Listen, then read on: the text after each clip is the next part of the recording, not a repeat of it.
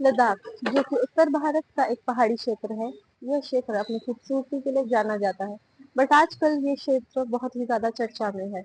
यहाँ के लोग करीबन 4 साल से प्रोटेस्ट कर रहे हैं, प्रदर्शन कर रहे हैं, 6 शेड्यूल की डिमांड को लेकर।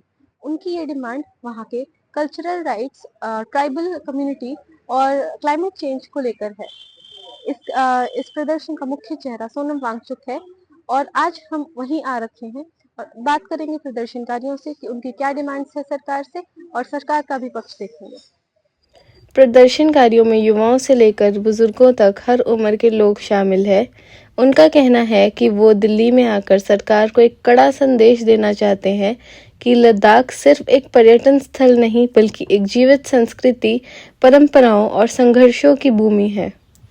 लद्दाख भवन के बाहर प्रदर्शन कर रहे लोगों से जब हमने बात करी तो उनका कहना कुछ इस प्रकार है कि तो ये पूरा प्रोटेस्ट और मूवमेंट जो है वो पिछले 5 साल से चल रहा है और जब से लद्दाख को यूनियन टेरिटरी बनाया गया था, आप लोगों को याद होगा 2019 में विदाउट लेजिस्लेशन, उसके बाद लद्दाख के लोगों में कंसर्न आए कि उनकी इकोलॉजी को, उनकी संस्कृति को और लेकर, क्योंकि उससे पहले स्टेट में जब हम थे तो लेजिस्लेटिव पावर हुआ करता उस स्टेट के पास और काफी हद तक हम प्रोटेक्टेड थे। तो उसके बाद ये कंसर्न आया तो ले में एक बॉडी बना, ले एपेक्स बॉडी करके सिविल सोसाइटीज के एक ग्रुप है और उन्होंने लगातार इस विषय पे चर्चा भी करते हैं लद्दाख में और इस तरह से ये मूवमेंट आगे बढ़ता ही गया। और लद्दाख के जाने माने क्लाइमेट एक्टिविस्ट सोनम वांगचुक जी ने एपेक्स बॉडी को सपोर्ट करने के लिए आए और उन्होंने 21 दिन का अनशन भी किया था। और लगभग 65 दिनों का अनशन चला था लद्दाख में, जिसमें हर वर्ग के, हर कम्युनिटीज के लोगों ने पार्टिसिपेट किया था। उसके बाद भी कुछ रास्ता साफ नहीं हुआ। अनशन ब्रेक करने के 2 कंडीशन रखे थे। पहला कि हमें 2 तारीख को राजगढ़ पे ले जाना, जो कि सरकार ने लेके गए। दूसरा था कि हमारी मुलाकात किसी टॉप 3 ऑफिशियल से, जिसमें प्राइम मिनिस्टर, होम मिनिस्टर या प्रेसिडेंट से। तो इस वादे के साथ अनशन तोड़ा था। तो अभी तक हमें कोई डेट ऑफ अपॉइंटमेंट नहीं मिला किसी भी टॉप 3 ऑफिशियल से, जिसका वादा 5 तारीख को किया गया था। इसके बाद ये अनशन करना पड़ा और ये अनशन तब तक चलेगा जब तक हमारी मुलाकात इन टॉप 3 लीडरशिप से नहीं होती।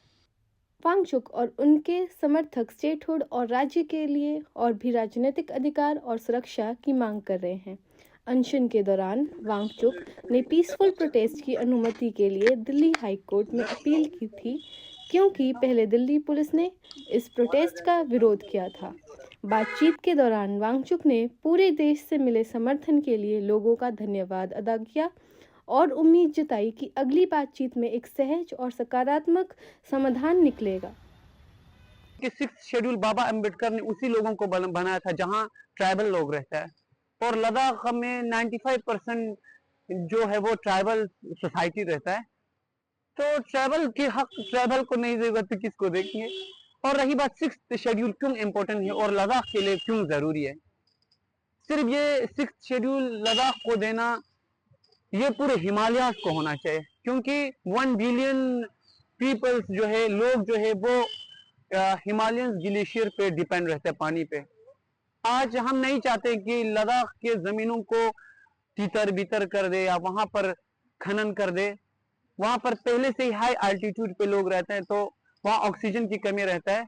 इसलिए इनमें जो हम सरकार मतलब हम जिस तरह के चुनते हैं उसमें हम यूथ या लोगों, भारत के लोगों को भी सोचना चाहिए कि किस कैसे लोगों को मतलब हम वोट दे, कि कल को अगर ग्लेशियर्स खत्म हो जाएंगे, वहां पे जिस तरह से पॉल्यूशन या अनडेमोक्रेटिक तरीके से कारपोरेट को जो है अगर वहां पे सारी जो वहां पे नेचुरल रिसोर्सेज है अगर उसको दोहन करने का लाइसेंस मिल जाएगा विदाउट फ्री ऑफ बिना वहां के लोगों के हितों को और हिमालय के हित को बचाए हुए, तो निश्चित है ये पूरी ह्यूमैनिटी के लिए खतरा होगा।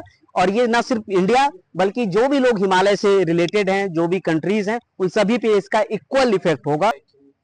अभी तक तो सरकार की तरफ से ऐसे कोई नहीं आया, ना पूछने वाला आया है, ना कोई ऐसे जवाब आया।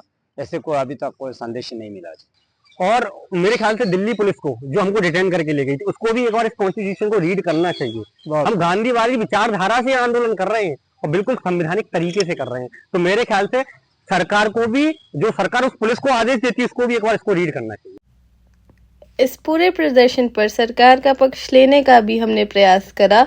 जब हम बीजेपी के कार्यालय में गए तो हमने वहां पर बीजेपी के नियुक्त नेशनल प्रवक्ता जेपी सिंह जी से प्रतिक्रिया लेने की कोशिश करी, पर उन्होंने हमें इस प्रदर्शन पर अपना और अपनी पार्टी का नेतृत्व बताने से इनकार कर दिया। पर बावजूद इसके इस प्रदर्शन की वजह और ये प्रदर्शन लोगों तक पहुंचना बहुत ज़रूरी है। तो ये थी प्रदर्शनकारियों की कुछ डिमांड, जिसमें से एक मेन डिमांड है स्टेटहुड की, जो कि 6th शेड्यूल के अंतर्गत आती है और उन्हें इन्हें इसी के थ्रू एक समस्त ऑटोनॉमी चाहिए, ताकि वो अपने कल्चरल राइट्स, ट्राइबल राइट्स और उसके साथ साथ क्लाइमेट चेंज के ऊपर अपने स्टेट के अकॉर्डिंग डिसीजन ले पाए। इसके चलते जब हमने प्रदर्शनकारियों से बात करी तो उन्होंने बताया कि अभी तक सरकार के द्वारा उन्हें कोई भी आश्वासन नहीं दिया गया है। तो अब देखते हैं कि सरकार इनके साथ मीटिंग फिक्स करती है कि नहीं। चित्कारा न्यूज के लिए कैमरा पर्सन सुनीता के साथ मैं इश्ती।